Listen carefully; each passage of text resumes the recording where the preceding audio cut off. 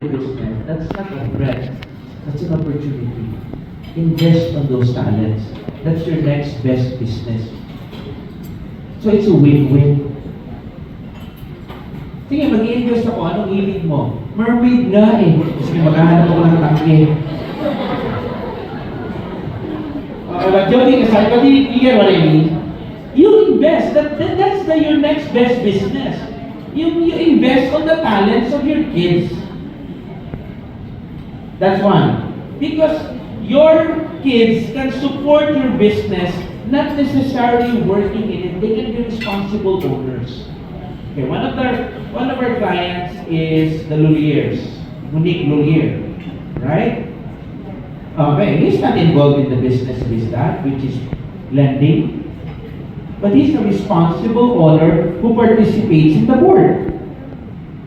And he has shared some stocks. Example, hindi naman kailangan lahat magtrabaho. In fact, piliin mo lang yung interesado tsaka competent. Yung iba, board of directors, shareholders, owners, but responsible owners.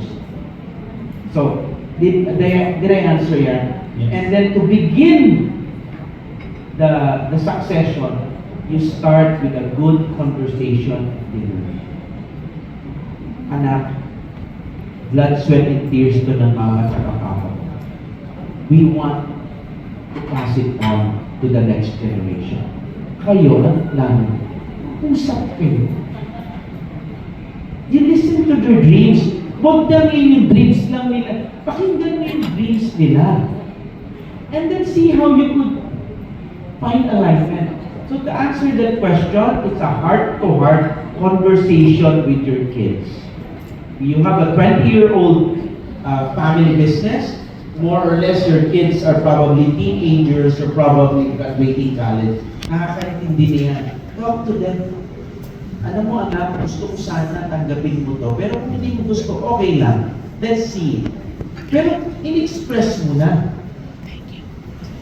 Nothing beats a good heart-to-heart conversation within family. Ang problema lang sa ating Pinoy, avoidance. Ayaw mo ma-reject, huwag na lang natin pag-usapan.